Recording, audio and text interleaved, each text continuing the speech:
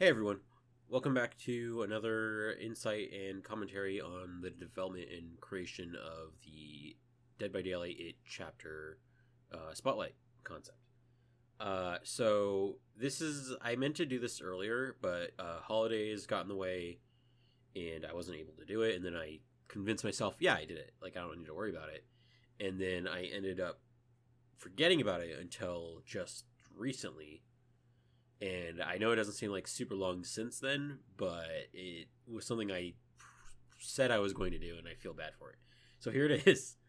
If you haven't watched it already, please go watch it. It's incredible. I think it's one of our best. I think it's our best so far. There's a lot of really cool stuff in it, and I hope you enjoy it.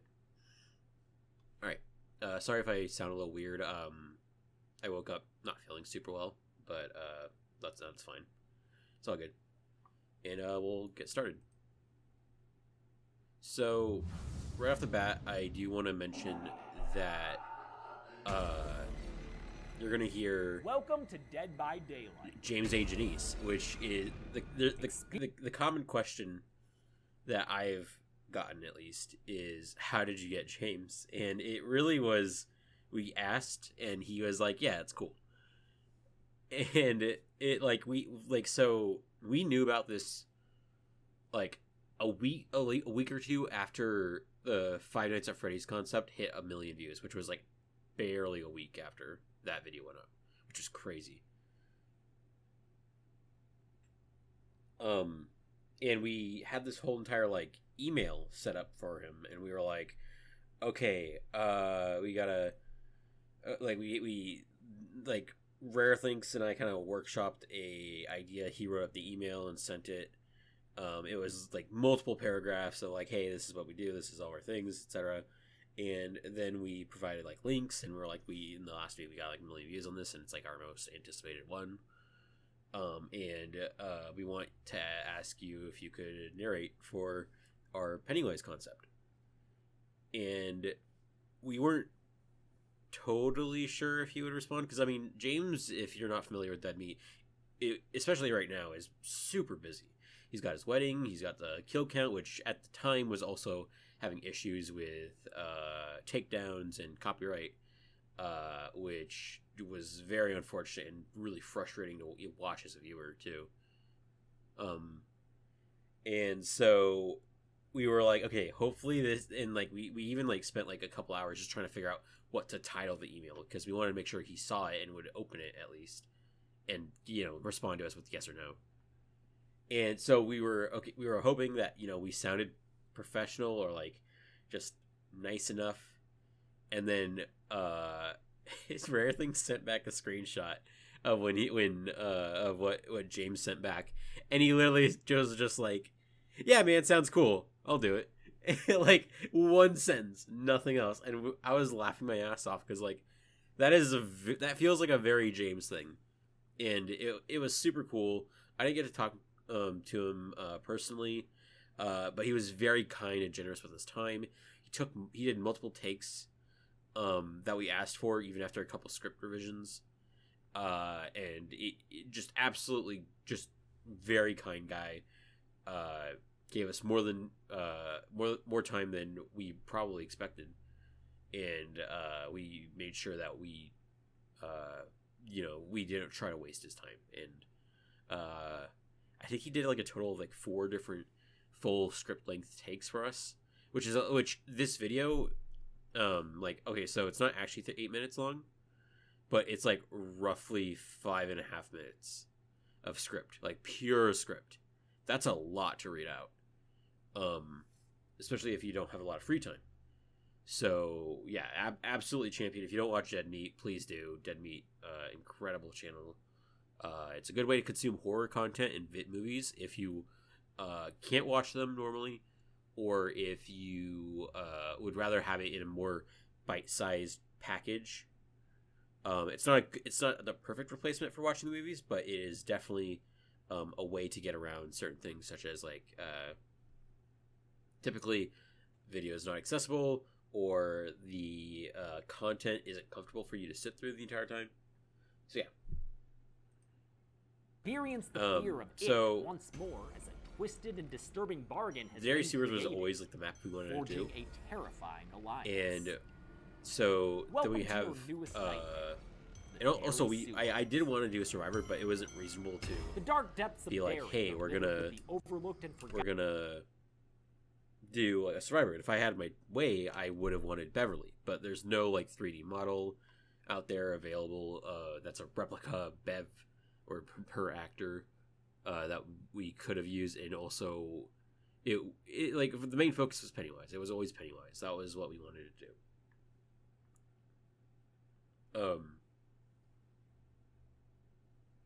Yeah, so there's all that. Dairy Sewers, of course, we had to do that. We got this really cool sewer asset pack. I don't remember the name of it. But that's what you're seeing as like the main thing. It's like super module, and we're like, this is amazing, this is great. So we threw some money at it so that way we could use it like legally with permission and support the creator of it. And so, sorry, excuse me, one sec. Okay, sorry about that. I had to blow my nose real quick. Hopefully I'll cut that out. So there's all that.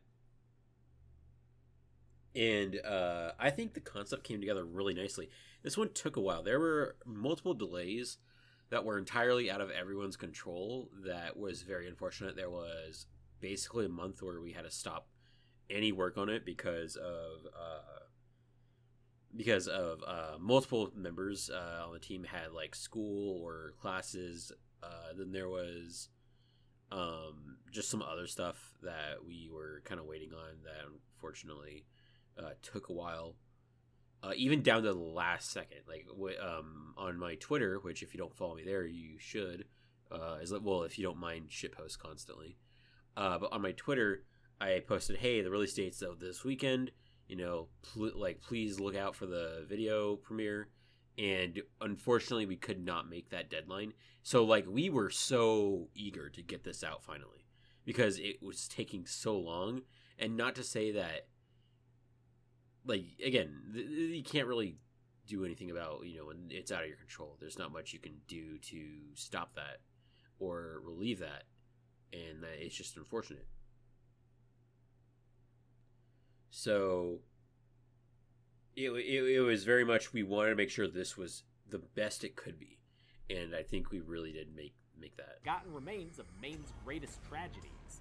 Generations of torment and suffering at the hands of the ancient creature has turned this location into a perfect lair, a web constructed by the prey themselves, extending out beneath nearly every structure in a lot of Derry. this debris. At the heart of the sewers. So I want to speak about this because this is actually incredible. So from kind of the start, we were talking about, okay, if we have a map, we need to have like the layer. We need to have either the layer from chapter 1 or the layer from chapter 2.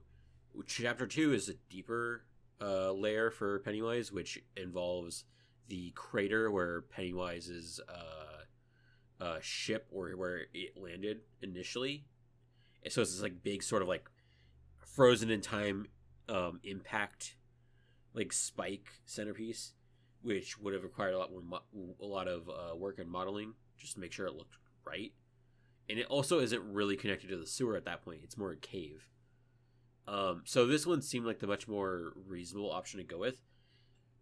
And we were struggling to we're trying to figure out, how do we do the Pennywise wagon? Because like that's just iconic, right? Like in chapter 1, Pennywise's doors open up, he starts dancing. With that really like cool shot stabilized on his head. And so we were like, okay, so we were looking around for some stuff, and we found this model that somebody made that was super cool. It had like the interior made. It was very detailed. There was the artwork on the side, which was done by another artist who they were friends with. And we couldn't download it. We couldn't like save it. So we're like, okay, so we reached out, and Rare Things reached out, and he asked, hey, can we use this? To, like, promise we won't sell it. We won't claim it as ours, etc. And they were skeptical at first. I mean, it's pretty it's pretty suspect for people to be like, hey, can we use your model? Like, we want to make YouTube videos with it, right? It doesn't sound super safe. So, they were cautious, and that's totally understandable. And so we invited them to our Discord, which people have asked. It's not public. It's a private team Discord. It's only for collaborators and people who lend, like, translators, to like people who help on the concepts. Outside of the core team, it's not very exciting. So we asked them. They were super kind. They really trusted us, which was very sweet of them to work with us, and we were showing like our progress along the way as we did it. And if this didn't work out, we were just going to use the clown's wagon and modify it a bit. But like, this was amazing. It was a great opportunity. We previewed it at the end of the Survivor concept because we knew it was a while, and also during one of those long pauses where we couldn't work on anything really, we did the Survivor concept because we were like, okay, we have a better idea of what we can do here, and so we threw that together, and thankfully we did. But like, we made it right on the border as soon as James got leaked as a legendary skin for Cheryl, and we were doing James the Survivor, and we were like, oh fuck. So that was unfortunate, but that was also kind of just funny in general. Yeah. So this wagon, super cool. The art on the side was done by Alien Rat. I'll try to link them in the pinned comment. I'll link everybody who I mentioned and people who I leave out for some reason on accident in the pinned comment, so you know where to go to, where you gotta thank people, where you gotta follow them, etc. The person who made the model and like the textures here is, I believe, Fandom Screenshots. I just know mostly, I recognize them mostly from their Discord name, which is like Meadow, but like, again, super kind and generous people. They're very, very nice. A lot of people worked on this, and we got a lot of help from people, and it was very generous. Leftovers and trinkets from the forgotten and then of course we wanted to recreate this shot here display of conquest with the floating bodies. The new killer is the Fear Eater. And then Pennywise.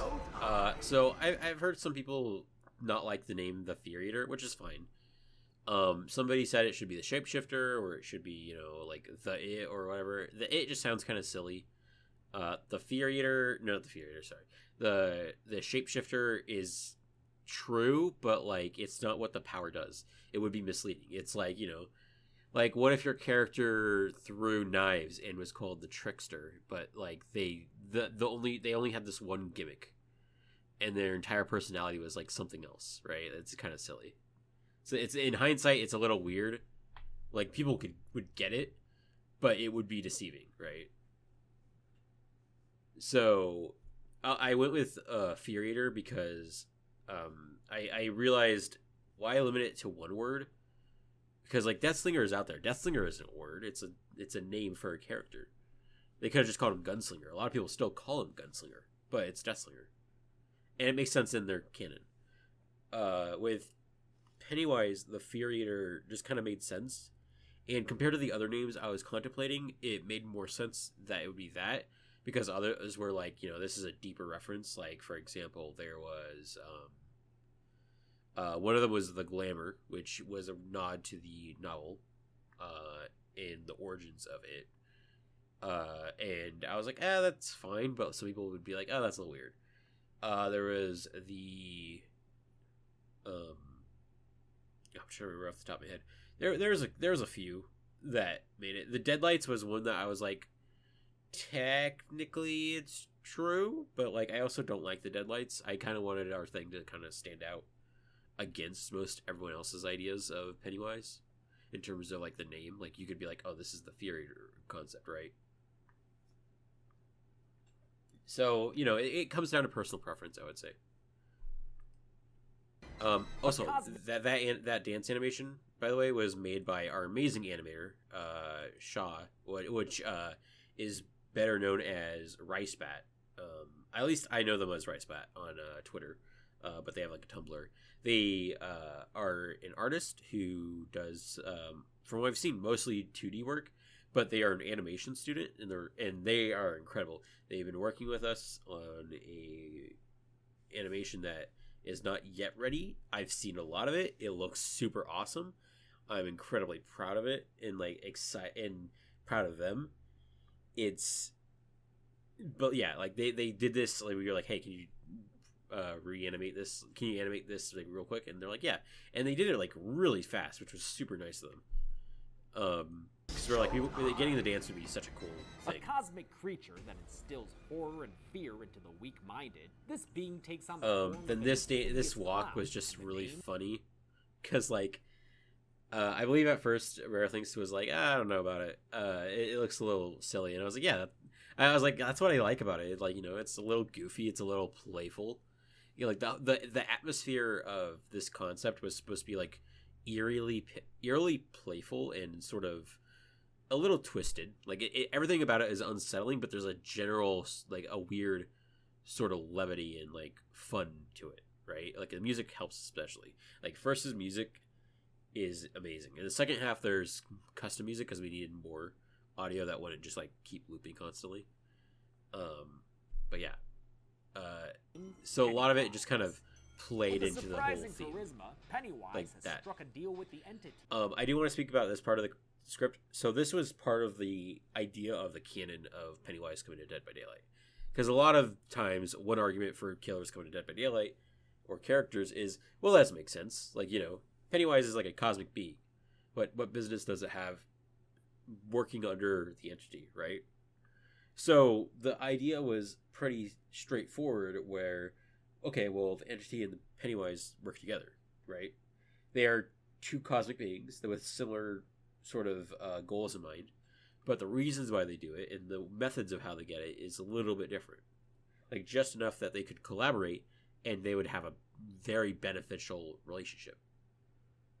So the idea was that Pennywise would come in every now and then, use the fears of these people who are locked in like basically eternal purgatory of hope and hopelessness, eat them. They'd come back, just eat until it gets fill, and then leaves, right? And in turn, the once he leaves, the survivors are filled with more hope, or just like different emotions that the entity feeds off of. Kind of just works together, right? In trade for the hope of those stuck within the entity's clutches, yeah, okay. Pennywise I forgot it was in the script. Source of food, able to come, go, and feast as it pleases. The Fear Eater's power is Deadlight Eska. I do want to talk about Deadlight Eska. So if you're not familiar with, which I don't expect you to, Eska is the organ at the end of the stalk on the forehead of a anglerfish. So if you don't know what an anglerfish is, it's a deep sea fish that lures smaller fish with the sort of bioluminescent, like glowing organ at the end of its stalk, and it eats it. And it's got these like huge needle-like teeth. And I never really saw anyone relate Pennywise to an anglerfish before, so I thought that was a really cool idea of like, okay, so what if I use that sort of terminology here? And Deadlight Eska is just sort of worked, I guess. And it was better, and again, it was better than calling it just the Deadlights, because like that's technically not true. Deadlight in the name is more like, oh, that's cool, like, we're actually mentioning Deadlights, because there's no actual Deadlight featured in the core concept. There is an add-on that creates a thing called the Deadlight that has a wholly different function. Yeah, so then there's this, there was going to be a single like default power icon, but I ended up axing it because I thought it looked not that great after all this time when we were finally putting it all together. I've got some early screenshots of what these icons used to look like, and like, all that. Like it just didn't look as good as I was hoping it would. It was just unfortunate. Pennywise uses its unsettling features to create an so ominous the presence concept was around always going to have through balloons. There was unassuming always going to balloons be of various colors. balloons. By There was leaving always a balloon going to in the be environment, the Fear Eater is able to multicolor balloons as well, because I was dying at the time when I first started the design.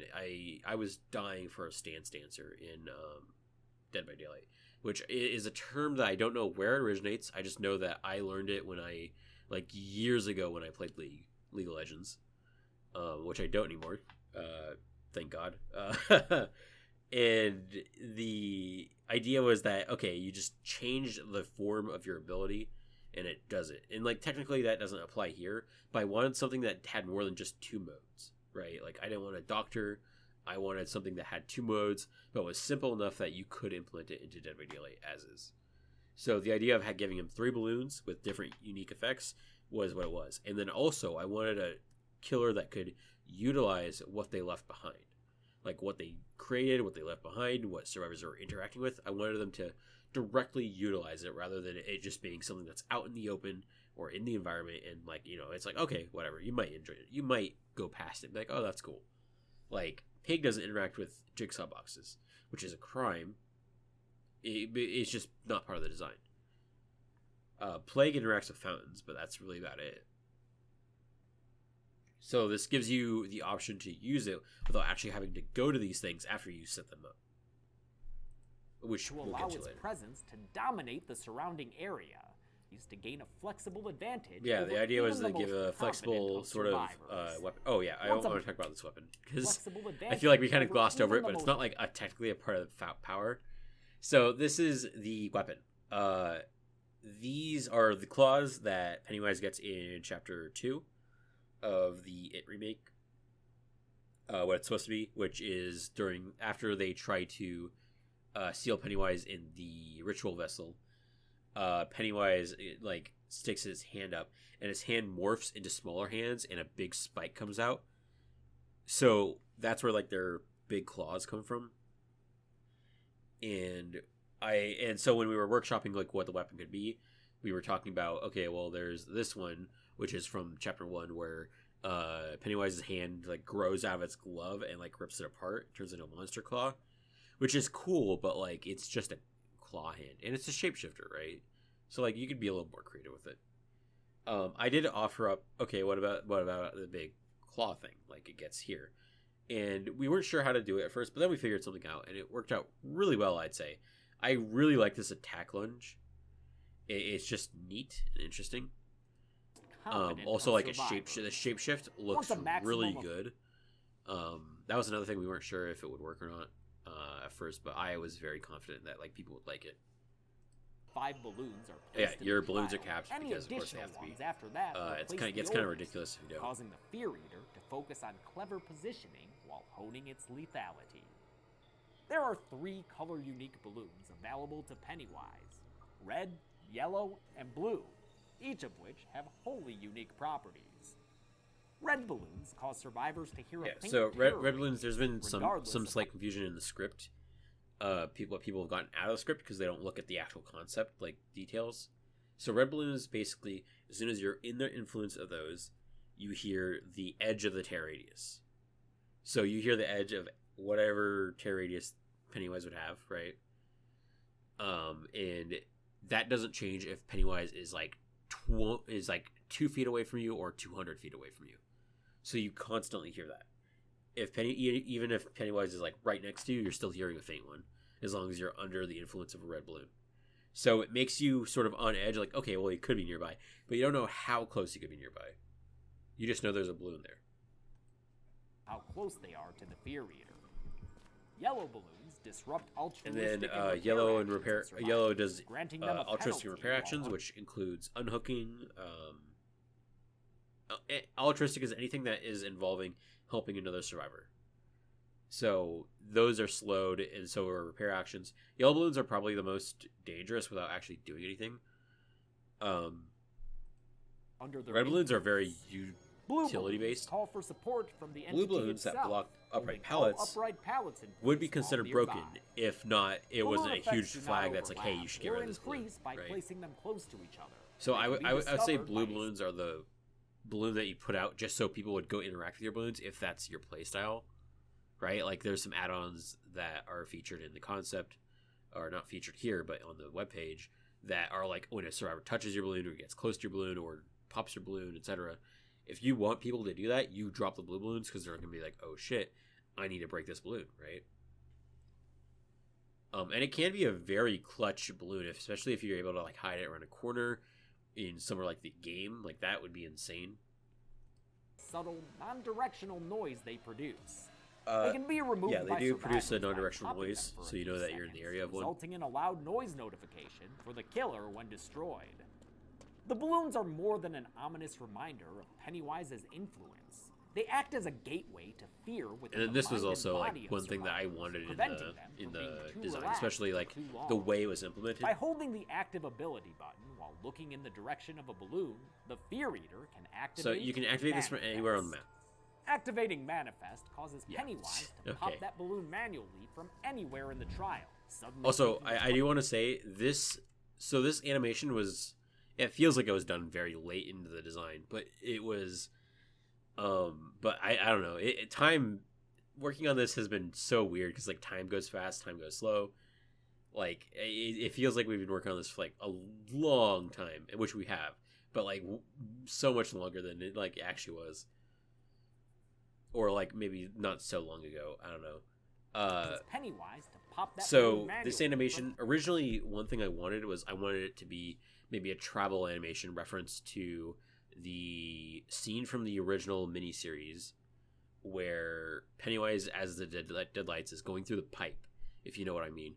And it like not like if you like there's where he's going after the bullies. I don't remember which one he goes after. He goes through the pipe and like the pipe is like glowing, and I wanted something that was like sort of a weird tunnel vision of that.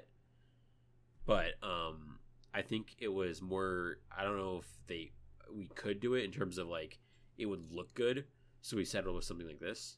Anywhere in the trial. Suddenly But this arrival animation was incredible, and we were talking about what should the sound be for when he arrives. And so I was like, okay, what about if you sample the music box that plays during his dance in the film? And so the moment Rarethink sent a clip of that just to show like, okay, this is what it looks like or sounds like, taking like the place of wherever that balloon was. it just clicked. It was so good. I was so hyped for that. This, it is able to strike quickly and control the map from So I afar. believe the final design The says ability that to you perform have actions, 15 placing seconds. balloons, damaging As generators, soon as you appear there and you're able to move, 15 seconds. Place balloons, destroy generators, hit people, etc. and activating Manifest again. During the Manifest duration, activating So it once hiding your again balloons will carefully reset and the being duration cautious entirely, is also but another does way to not play change when Pennywise. Pennywise will return to once the duration ends, and will always return to its original location eventually. Yeah, so reactivating it Don't will cry. refresh your... I'll get Oh, I'll talk about that in a second. Reactivating it will refresh your duration. You can technically just place another balloon right where as soon as you spawn, do something for like 10 seconds, and then turn around and then teleport back to that balloon and reset your thing. That's something you could totally do. Is it super efficient? Not really. Just keep in mind where you're going to go back to when it's over.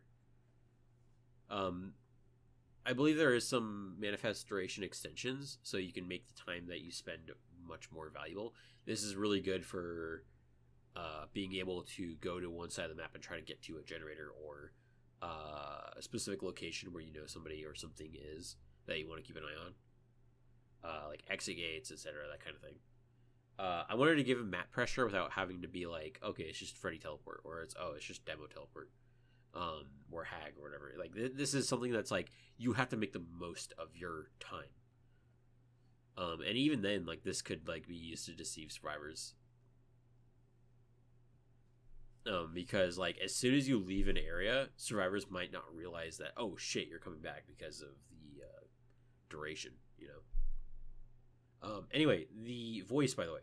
So there was a few so this was a recommendation actually from Meadow or Fandom Screenshots, who was the person who made the model and textures for the wagon, for Pennywise's wagon. and they're like, hey, we know I know a Pennywise impersonator if you guys want a voice actor. And so at first that wasn't our plan. We never intended to have a voice actor for Pennywise or like have lines for him, because we were like, it's a little too much extra. It's also like, but like we had the chance, and we were like, okay, we'll see about that. And so Rare Things got in touch with them, and they sent like custom, like, they did their impression, and they were like, they said like Rare Things and all that, and we were listening to them like, this is awesome. All right, yeah, we can do this. So we wrote up like a couple lines, and like, okay, this sounds good. This sounds fun. This keeps the playful sort of atmosphere of the character. And it was super cool. I believe the guy's name was Lewis. Again, a lot of the people that outside of the core team, Rare Things talked to, so I can't speak to that exactly. But I don't believe they're super active on social media. I know they're on Instagram, but I don't use Instagram. So I'll make sure to link them below. Super cool. I had a couple offers or people who were like, hey, can I voice Pennywise? Let me voice your character, voice in your spotlight. And again, we're not looking for that specifically. And like, if you do want to come and apply or help or something, send us an email or send us a message on the concept team's webpage. Supply links to like examples of your work. Like, the best way for us to be interested is to see what you can do, right? Like, you can't just say, I can do this, right? I can do a Pennywise impression, and then just nudge at me the entire time and act like, yeah, I'm gonna take you on your word for that. Like, because like I've had it happen already, where someone would nudge me constantly, almost every interaction I had with them, and like it was like, it's cool, but you should get in contact with the page and also provide examples, because I can't just take people on their word for it, especially when there's like no solid evidence of like what you're capable of, right?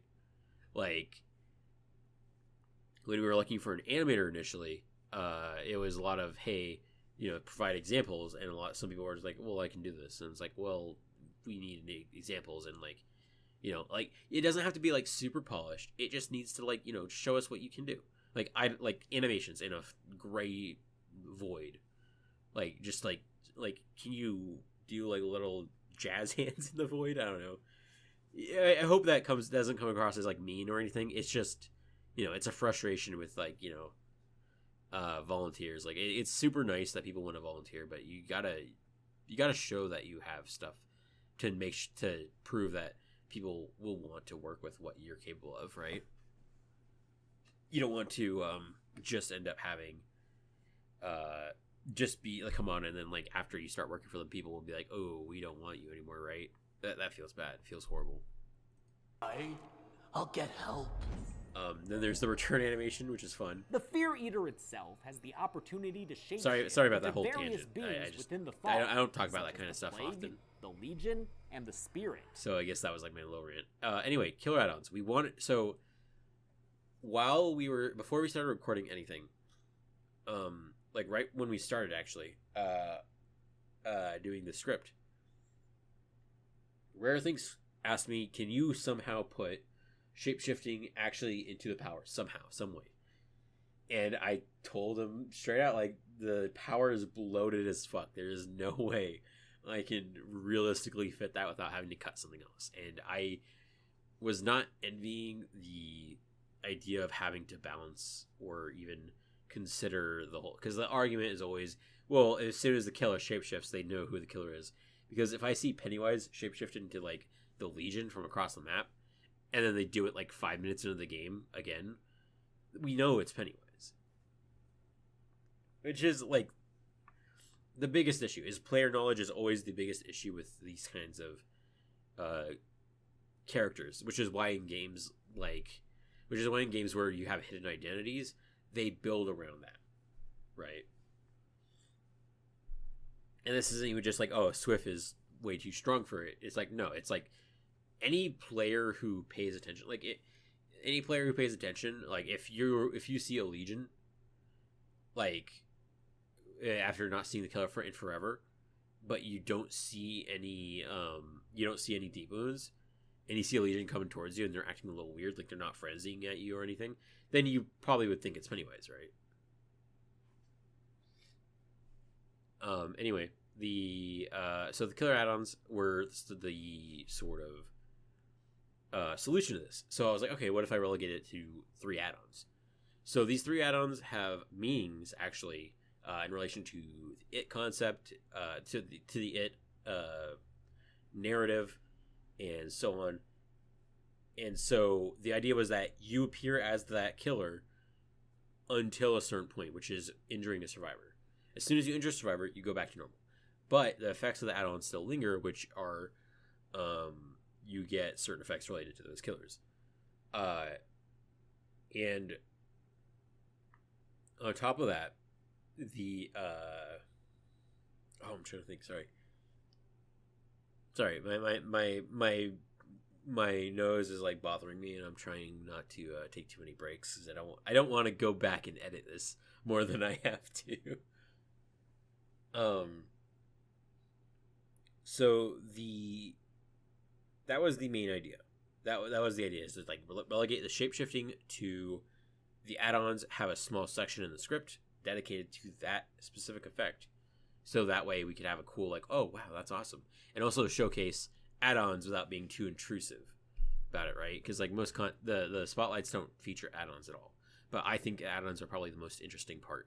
And I'll be honest, I put a little too much effort into those add-ons than I reasonably should. Has the opportunity to shapeshift into various let's talk about these different shapeshifts. Such as the Plague. So the Plague, the Legion and the Hold on.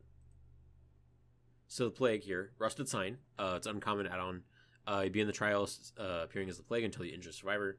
Whenever an injured survivor pops a balloon, they suffer from the broken status effect for 30 seconds. So, from my knowledge, if you heal yourself halfway and you're like, oh shit, a balloon, and you go to pop it, if you get broken, it resets your healing progress. So that's one way this could be used. It's not incredibly powerful, but it's definitely a scary effect, especially for 30 seconds. And people play, like all these killers that you see, people play against them differently in the first few moments. Like if you see a spirit, you're more inclined to start moving immediately, either walking or running. That way they just can't gain on you. Or the Plague, you generally are just going to try to block their line of vomit, right? And the Legion, you just groan and you move on.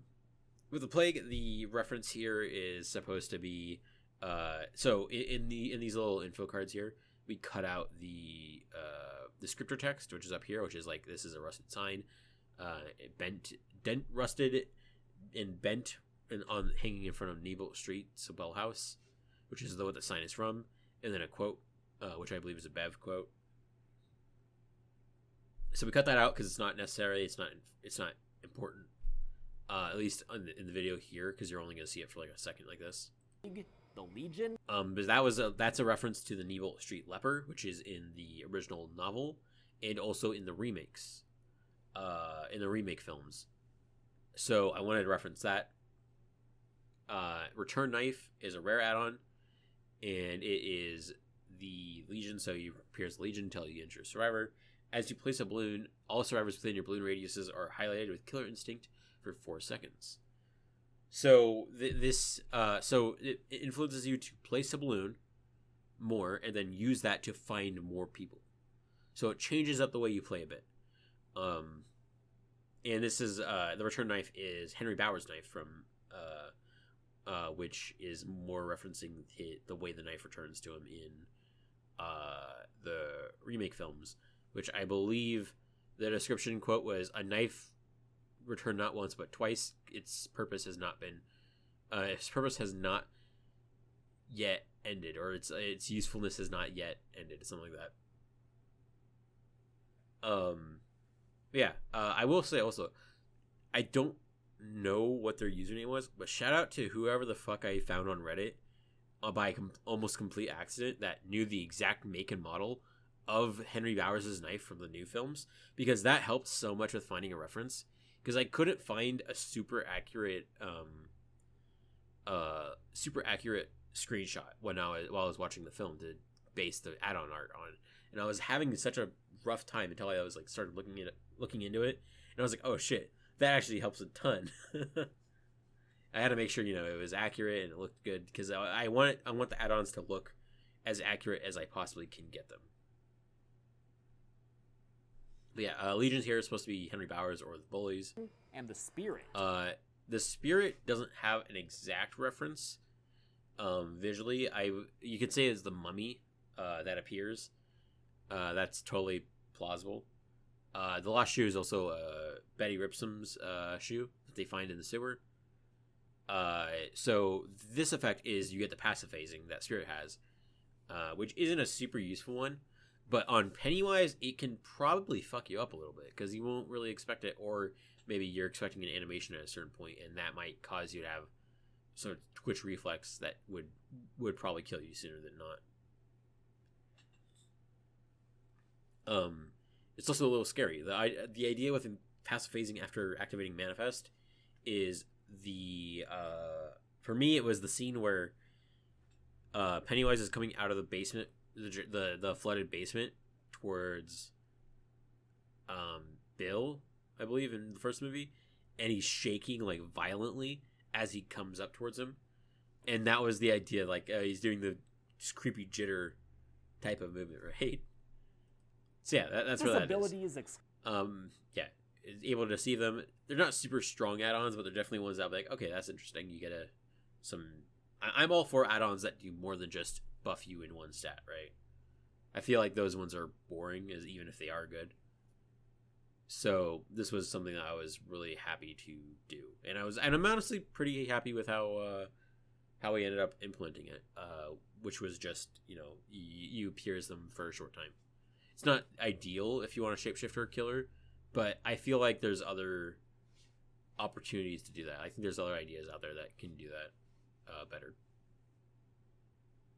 Having to explain a shapeshift power or something like that is a pain in the ass. I have a written the Thing concept, and that is such a information-packed power that it is incredibly annoying to have written up, and then most people, they get it, they understand it, they read it, and they're like, okay, yeah, it makes sense, and then they'll have like one or two questions. But there's the times where I've had to explain it multiple, like at length, where it's like, oh man, it's such a bad power to read, because like you have to like wrap your head around it. Exclusive to add-ons and can deceive survivors in their first few moments. This also was a really cool thing, the little fireworks and like sparks. It's only me. The Fear Eater comes with 3 new perks. Your victims will feel a sense of uncertainty in their instincts. So all these perks here were ones that I at the time, and still do, believe that WWE should have, or this is the sort of idea that they should, something that I feel like should be in the game by now. Funhouse Trickery is one of my favorites because while chasing a survivor, any nearby vault locations will have. This one isn't even like, it's not an offensive perk. It is quite literally just a weirdly niche one that will just do weird things, right? Like putting red stains on vault locations, not a big deal, but like when you think about it, that can definitely mess you up in terms of your instinct. Have a copy of your red stain projected onto it, as though you were just around the corner waiting for that.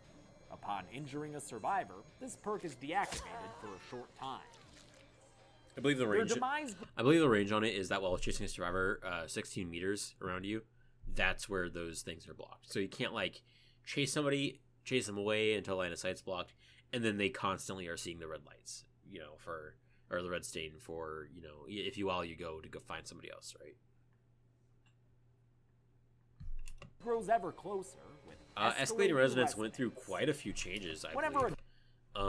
I posted on Twitter a while back, but then it went through a lot of name changes, especially. At first, it was called like Eldritch. What was it? Eldritch Semblance, maybe. I don't know. I know it was Eldritch something.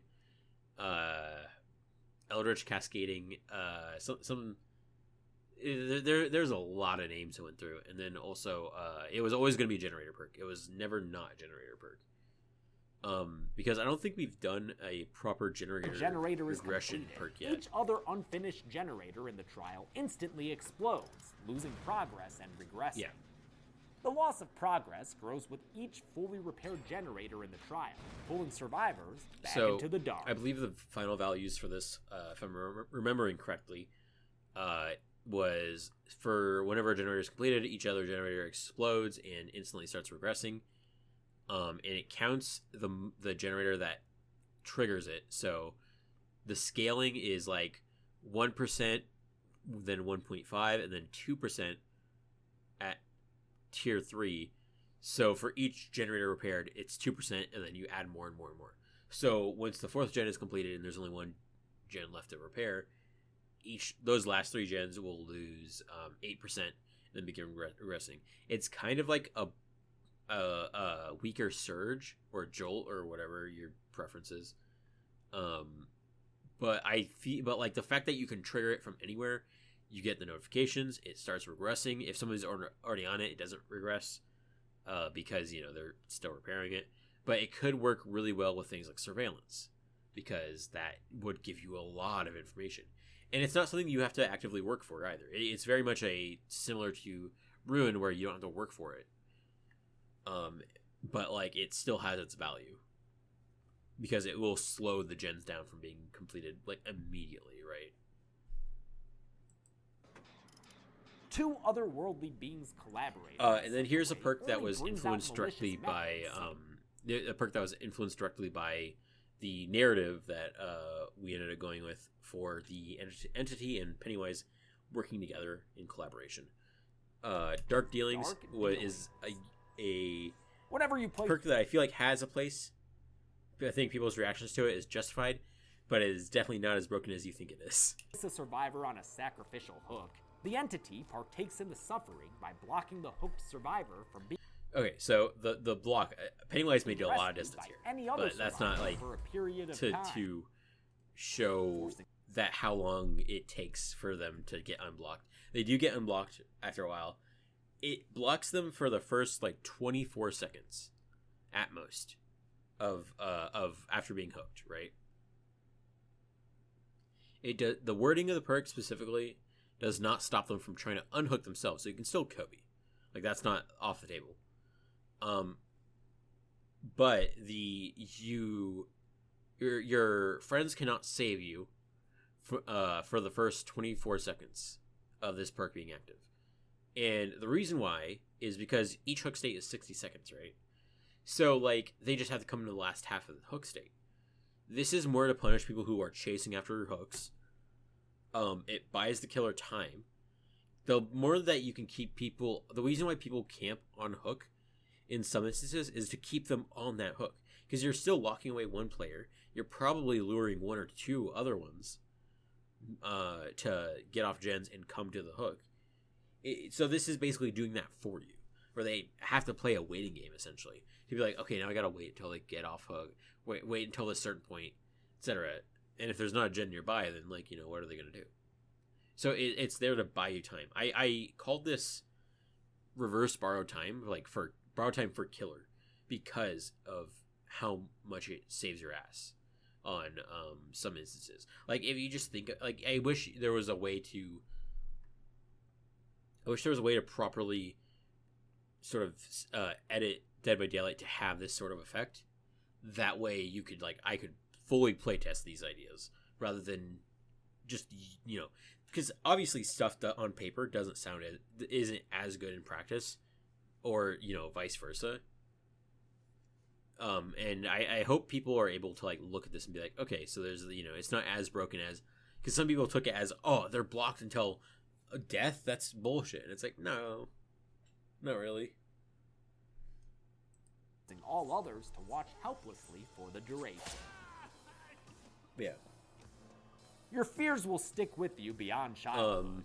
And even Yeah, beyond there's a death little itself, Easter egg here that the Rare depth Things to put in face that I didn't notice until he mentioned it to me. Right here, right down here. There's an arm that's supposed to be right next to these bars here, which is supposed to be a reference to Georgie, them or surrender yourself to them, with which the I thought It was chapter very cute. concept for Dead by Daylight. So this shot is so cool. I love this shot. I have a GIF of it on Discord that a friend of mine and I kind of send to each other every now and then. Since then, just because it's really dumb, I guess. The glowing eyes, it's super cool. The claws, I think, are still fantastic. And the light back here. This was, I believe, Rare Things said that this shot specifically was inspired by the Dead Space reveal for the remake, because there's that shot down the hallway and then you see the necromorph being lit up, which, awesome. Dead Space is a very cool franchise. Got a little animation on it finally. There should be a link here to, yeah. So there's a link in the original video as well. This is where all my written concepts and my video concepts go. Some people took that as, oh, all the concepts on the page is what you guys are gonna do. No, not really. I don't think we're gonna be able to do some of them, like Bill and Ted or The Thing. It's a lot of work. I've been writing these for a couple of years now. Oh my god, I just realized. So yeah, this is where I store them and kind of showcase them. We're not gonna watch the full thing because it's really long. But the next concept teaser. So this is, oh my god, my throat. I can already hear my voice like dying. So this is as everyone in chat guessed when this went live, it's Slenderman. It like immediately people are like, it's Slenderman, and we thought it would take them a while because there were so many things it could have been, like Outlast, Slenderman, Blair Witch, etc., like things like that. But this is like probably my favorite teaser reveal right here, with the big ass tree, and then you have the Slender the 8 Pages OST playing, and then you have the page right there. So this is supposed to be implied that this is the tree from Slender the 8 Pages that you would normally probably get your first page from, right? Okay, so we're gonna look through credits real quick. So first, Encounter Salt, awesome dude. He does commissions for music. If you want your own Dead by Daylight theme or a theme for your tournament or your channel or whatever, go check him out. Awesome work. Super cool dude. He is so cool with music that it's actually kind of unfair. Like when we did the Survivor concept and he gave us the Ellie and James theme, which we asked for a new theme for James because originally I think we were going to use, or he offered to use Maria's theme, but I felt that it was maybe a little too like upbeat. James is a very sort of sort of just, it's just a sad character, right? So I gave him reference to a different song, Kate, and then also gave reference to Ellie for her music in the Survivor concept. And he came back like in 2 days with like 2 themes that are probably my favorite that he's done. Like absolutely insane music. Like it's crazy. Rare Things, of course, like please, if you like, okay, so Patreon here for first, and then Ko-fi for here for Rare Things. Like insane work. If you have the money to financially support or just show some appreciation, please go to their links. Like genuinely, like they deserve it. Here's my links. I did change my Patreon to my shop link because I was I'm trying to go more in a merch route for like different stuff I'm working on. And I don't do perk packs anymore, which is what my Patreon was supposed to be there for. So if you were on that Patreon or you were like wondering, hey, what happened to that? Literally, like I didn't feel right just having a Patreon for basically nothing. Yeah, sorry about that. So let's play this. So credits outside of the team: James A. Janice, Dead Meat. Again, James, super nice, super cool. Strax Arts. Okay, so that must be what they go on for something else. Oh wait, this is so this is the model Pennywise, which with Rare Things had to end up rigging up because it wasn't intended to be animated. That was the thing. The model was not intended to be animated. It was like a statue, just like a 3D creation of Pennywise. But it was the best looking one that we could find, and so we ended up using that. It was super cool. Horror and stuff was our Pennywise voiceover. Again, super cool dude. Rice Bat, animator, amazing job. They have some more stuff that they're working on for us that looks great. Can't wait to share it with you. Fandom Screenshots, model Pennywise's wagon. Alien Rat artwork for Pennywise's wagon.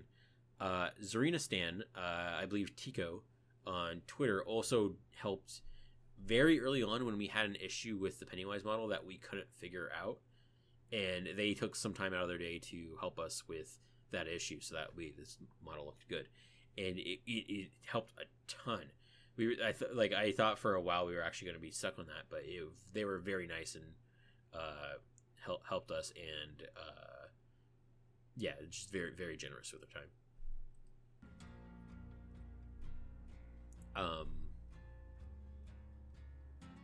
And then I believe we also have the translator credits here too. Yeah, so if you don't know, there are subtitles, right? These are all official subtitles that we had translated. So Amaki, if you're not familiar with who Amaki is the guy who designed and created the Never Stop Slashing Legion outfit. The first, wait, no, not the first. I think it was the second community contest for skins. He did the translation for French. He's super cool. He also Twitch streams, which you can find his link as well on the video. Iron Pirate. She has been a friend for a while. She's super cool. Very fun to talk to. She cosplays, so if you like some stuff like that, go check her out. She's on Twitter. I believe that's her main platform, but again, my main platform is Twitter, so I assume if you're on Twitter, that's where your platform is. The German, Astofer did Portuguese. Astofer's been here for a while. Very nice every time I talk to them. They stream as well, and they're very, very, very kind. Garlic Goat did the Italian translation, which I believe this is the first time we did Italian. Is it the first time we did Italian? I'm trying to think. Is it the first time we did Italian? I think so. Yeah, first time we did German and Italian. Okay. And then First Counter Assault did Spanish, which is super nice. Again, a lot of time out of people's days to translate the script. Hopefully it works. I can't speak any of these languages, unfortunately. Yeah, so there's all that. So I was just gonna stop before I started playing. So yeah, there's all that. The concept, again, super fun to work on. Thank God it's over. We're working on the next one, which is Slenderman. It might be a little while before that one is done. There's some stuff that we want to do and stuff we have to make sure it works. Also, before then, we are going to have the Springtrap gameplay going out because we promised that there would be gameplay, and also we want to put out the gameplay. There's a couple things we're waiting on and hoping for. But I hope that people don't mind. We're very ambitious with what we're coming up with Slender, and then also afterwards. So hopefully you guys don't mind waiting a little bit longer. This is out of free time, right?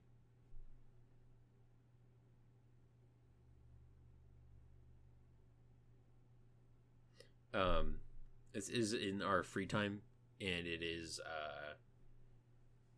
there's no monetary incentive. If you see ads on these videos, it is because somebody probably claimed that some music that we used in it, like the Five Nights at Freddy's one, literally just hit 2 million views. But we used music that we didn't have the rights to or license to use. so we didn't get any AdSense off that. Like none of that money is going to any of us. So if you do really want to support anyone here or any one of us, please go check out the donation links on the video. It goes a long way just to, you know, like obviously the feedback that we've gotten, like comments, like we are constantly like going through comments and reaction videos and just trying to see, like, you know, like what people like, you know, like, oh, that's so cool, or, you know, that someone's Twitch chat, and it's an incredible feeling to like have people really excited to see what you come up with next and what you're working on. And it's hard to keep secrets. That's all I can say. It's very, very exciting. I know if you're familiar with me on Twitter, I kind of stepped away from Dead by Daylight content, kind of almost in general, outside of this. The current plan right now is the concept after Slender is going to be my last design concept that I'll do for the concept team. I'm just kind of done with the game.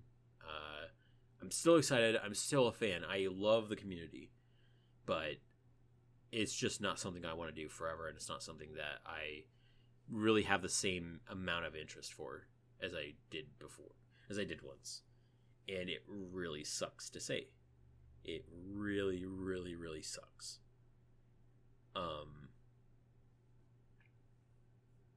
Yeah. So while I'm stepping away from it for the most part, there's still a couple things that are Dead by Daylight adjacent or related that I'll talk about or do. It's just, I don't know. I don't want to sit there and just write up all these things constantly, I guess. I'm not an actual game designer. I like to think that I'm on my way, but I can't make the promise that, like, you know, any of my decisions are sound. I just like to do things that I think sound or might feel good in a game. And I got a lot of interests. Like I'm getting back into things like Pokemon, and I'm getting back into I'm getting back into just a couple other things. I'm doing sprite work again. I'm doing like pixel art, and I've been really enjoying that a lot too.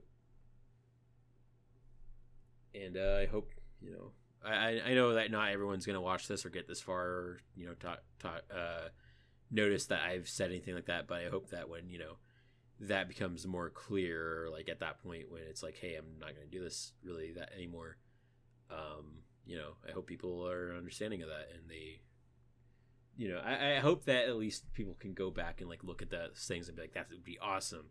Or, you know, when it finally does come to Dead by Daylight, it can be like a, whoa, that's so cool, they got it so close, or like, oh man, like, you know, this is like probably what inspired this part, or something like that. There's a, you know, I like to think that the concepts are not only helping behavior, but like helping the community realize, okay, there's potential here. Like, I mean, the amount of people that I've seen come to the channel or the video, or even one of us directly, and say, hey, I don't like FNAF, I don't like Springtrap, or I don't like this, but I saw the video and it absolutely changed my mind. Like, I think that kind of started with the Springtrap lobby concept that Rare Things made before we officially started like working together, and that kind of made people go, okay, this actually can work. And it's a really cool, I don't know, I can't speak for, you know, anyone else on the team or anyone at all, but being able to just like show something to somebody and be like, what do you think, and their opinion about something changes like in such a positive way is probably one of the coolest feelings, because it's sort of like, you don't have to like be in love with the thing like as much as I am or someone else is, but if you can at least appreciate or understand like why people like this, then that's you know, that's my job done. Yeah. Okay. I have been talking for an hour. My throat hurts. I'm already kind of sick. So hopefully this wasn't too boring of a time, and yeah, if you like hearing me for some reason, I sometimes Twitch stream. I've been wanting to play more Pokemon on stream, so you can find me at twitch.tv/WheatDraws, all one word. And I stream every now and then. It's kind of not really a schedule. It's kind of just like whenever.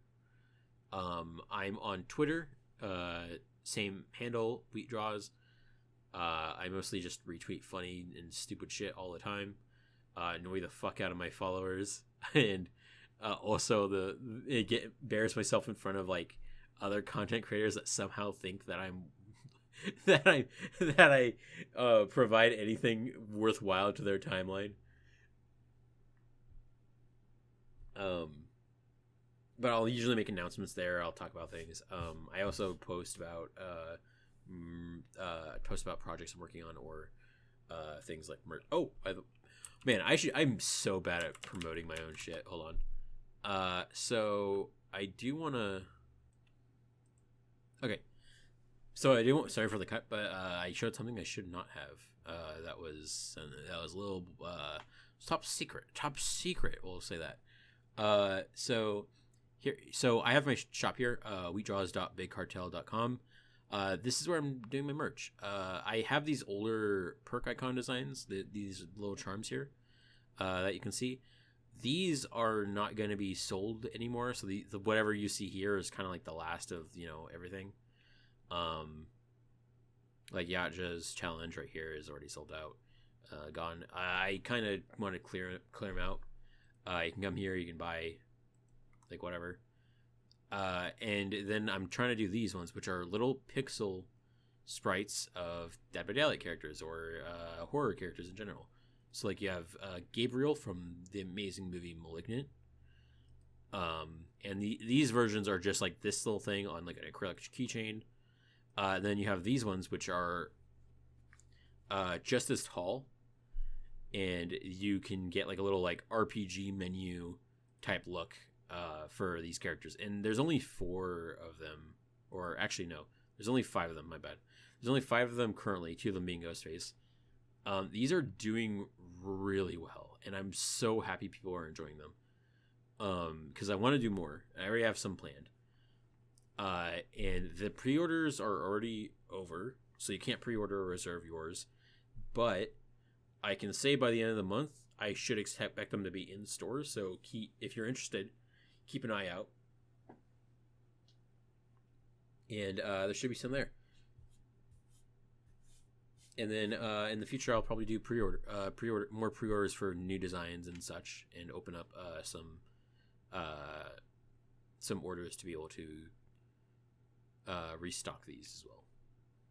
Yeah. That's definitely something super cool to keep an eye out for. I don't know if I'll do anything else similar to that, or various charms. I like doing charms. I think charms are super cool. I would like to do pins, but those are expensive. Yeah. So this is one way to support me. If you want something out of it, and you can throw some money towards these or shipping, this is like the ideal way to support me. I love having things that I have my artwork, and then being able to send them to people. So yeah, like I said, I'm bad at promoting my own shit. So sorry, this is kind of a weird, abrupt sort of finale.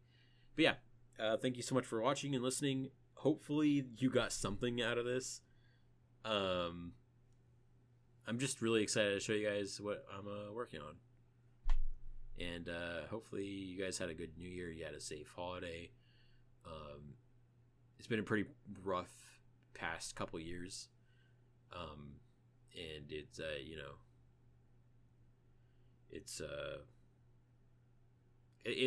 it's tough to be excited for very long, but I'm glad you're here.